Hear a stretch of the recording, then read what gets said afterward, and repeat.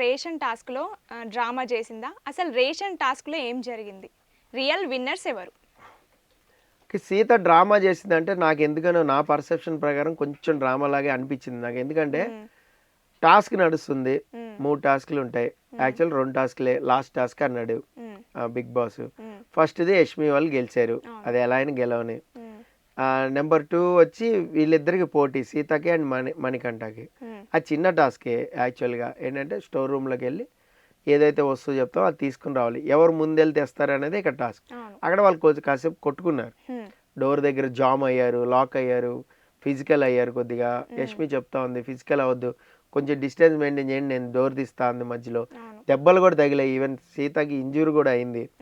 So ఇలాంటి టైంలో task అనేది గెలిచింది. వాట్ ఎవర్ జడ్జిమెంట్ ఏదైనా కూడా. సో జడ్జిమెంట్ని కూడా నేను తప్పు పడతాను. ఏంటంటే ఇక్కడ సంచాలక్గా యష్మి ఫస్ట్ ఏమంది, దగ్గరగా ఎవరైనా తెస్తే నేను దాన్ని కన్సిడర్ చేస్తాను. మళ్ళీ దగ్గరగా తెచ్చినప్పుడు ఏమంది, పర్ఫెక్ట్గా తేవాలి, 250 గ్రామ్స్ అని స్పెసిఫిక్ చేశారు, 250 గ్రామ్సే తీసుకురావాలి, లేదంటే డిస్క్వాలిఫై చేసేస్తా అని. అసలు ఆ రౌండ్లో ఎవరికి పాయింట్ ఇవ్వాలి. యాక్చువల్గా 250 గ్రామ్స్ మరమరాలు తేవడం అనేది ఇంపాసిబుల్. ఎవరిని అడిగినా కూడా ఎగ్జాక్ట్గా తేలేరు. 260 తేవచ్చు, 240 తేవచ్చు, 200 తేవచ్చు, 300 తేవచ్చు. దగ్గరగా క్లోజ్గా ఎవరు ఉంటే వాళ్ళకి ఇవ్వచ్చు, పాయింట్ ఇవ్వచ్చు, 100% ఇవ్వచ్చు. 290 తెచ్చాడు, అప్పటికి చాలా గ్రేట్. 40 గ్రామ్సే ఎక్స్ట్రా తెచ్చాడు. తను సీత ఎంత 370 చిల్లర, ఎంత 380కి వెళ్ళిపోయిందాం. సో ఆ టైంలో మీకు క్లోజ్ కాల్లో తినకు పాయింట్ ఇచ్చేయచ్చు, మణికంఠకి ఇవ్వాల. సస్యం మీరు ఏమను, ఐఎమ్ ద సంచాలక్, నా డెసిషన్ ఫైనల్, సమస్య లేదు, నువ్వు ఎన్నైనా వాక్ అంది. అంటే అనలేదు, అలా బిహేవ్ చేసింది, అలా బిహేవ్ చేసింది. సో బిగ్ బాస్ని అడుగు, అది అడుగు అంటే బిగ్ బాస్ని అడగాల్సిన అవసరం లేదబ్బా, నేను ఈ రౌండ్లో పాయింట్ ఇవ్వను. సరే, తర్వాత పాయింట్లు వచ్చాయి. సీత గెలిచికుంది 2 పాయింట్లు. సో సీత 3 పాయింట్స్, మనోడు 2 పాయింట్స్. గెలిచింది సీత టీం, అంటే వాళ్ళు నైనికా క్లాన్. సో ఇక్కడ పాయింట్ చెప్తా చూడండి, మనోడు గెలవల. సరే ఎందుకు గెలవలేదంటే పాయింట్ ఇవ్వలేదు, టై అయి ఉండేది, నువ్వు ఇచ్చుంటే ఇంకో రౌండ్ ఉండేది, మేబీ ఏమైనా గెలిచేవాళ్ళం. అప్పుడు ఎవరైనా గెలవచ్చుగా, అది చెప్పలేం, అది ఎవరి చేతిలో లేదు.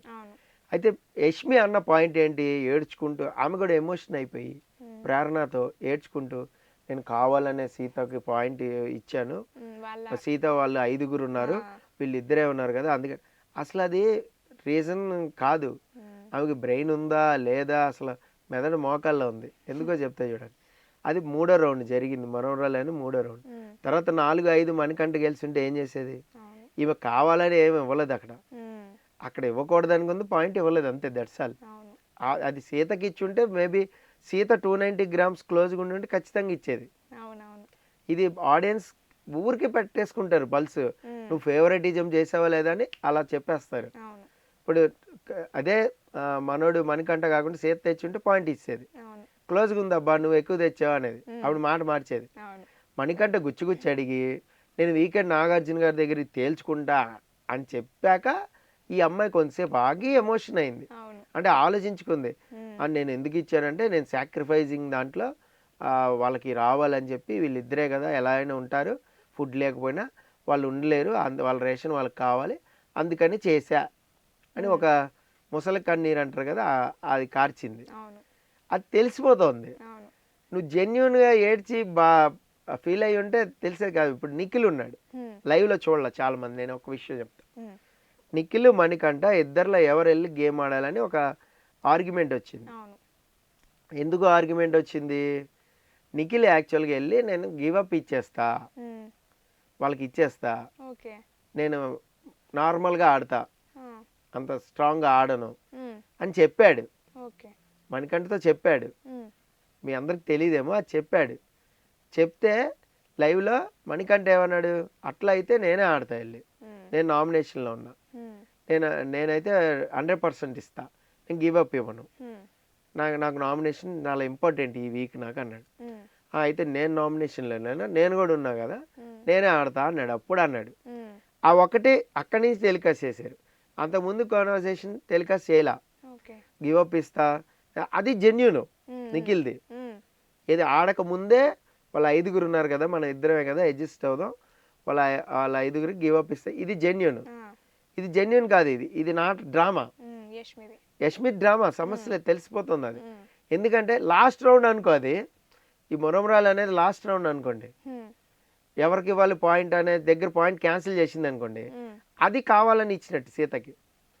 ఇది మధ్యలో ఉన్నప్పుడు నువ్వు కావాలని ఎలా ఇస్తావు? ఇవ్వలేవు కదా. అర్థమైందా మీకు? సో అక్కడ 3 పాయింట్స్ ఆల్రెడీ సీతకు ఉన్నాయి, 2 వీడికి ఉన్నాయి. ఇస్తే టై అవుతుంది, ఇవ్వకపోతే సీత గెలుస్తుంది. నువ్వు ఇచ్చినా అందంగా ఉంటుంది. అదే కానీ ఇంకా ఉండంగా రౌండ్స్ మేబీ ఏమన్నా బిగ్ బాస్ ఇంకొక రౌండ్ పెట్టేవాడేమో టై అయి ఉంటే, అప్పుడు జెన్యున్గా ఒకళ్ళు గెలిచేవాళ్ళుగా.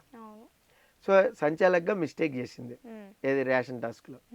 అంతకు ముందు టాస్క్ చెప్తా చూడండి, యష్మి వాళ్ళు గెలిచిన టాస్క్. శేఖర్ భాష సంచాలక్ ఉన్నాడు. ఈ శేఖర్ భాషకి అప్పటికప్పుడు బుర్ర పనిచేయలేదు. మేబీ ముగ్గురు ఉన్నారు, మూడు ట్రేలు ఉన్నాయి, ముగ్గురు పజిల్స్ ఆడుతున్నారు. ముగ్గురు పజిల్స్ ఆడుతున్నప్పుడు ఈ 3 చూడాలనుకున్నప్పుడు నువ్వేం చేస్తావు? నువ్వు 3 ఐతో చూడలేవు. అందులోంచి ఆ కన్నంలోంచి రావాలి, ఇలా చక్కగా పజిల్లోంచి రావాలి. 3 ఫోకస్ చేసి చూడటం ఇంపాసిబుల్. ఆయన నిమ్మకాయలే పెడతాడా, వాళ్ళ గోలే వింటాడా, వెళ్ళి చూస్తాడా, కింద తగలకుండా చూస్తాడా?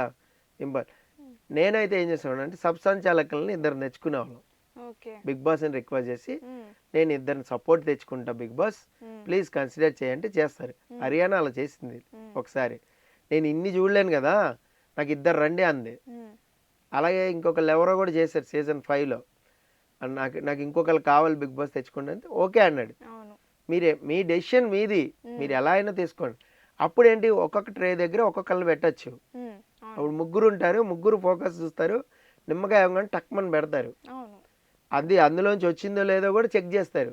అది రాలా మళ్ళీ వెనక్కి పెడతారు, స్ట్రక్ అయిపోయింది మళ్ళీ వెనక్కి పెడతారు, లేదా ట్రే కింద తగిలిపోయింది మళ్ళీ పైకి పెడతారు. ఆ ట్రే బేస్మెంట్ తగలకూడదు అని చెప్పారు.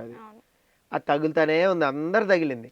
శేఖర్ భాష చెప్పాడు అందరిది తగిలింది, అందరిది కన్సిడర్ చేస్తా, బట్ అబ్బాయి వాళ్ళు ఎక్కువ వేశారు కాబట్టి వాళ్ళు విన్నర్స్.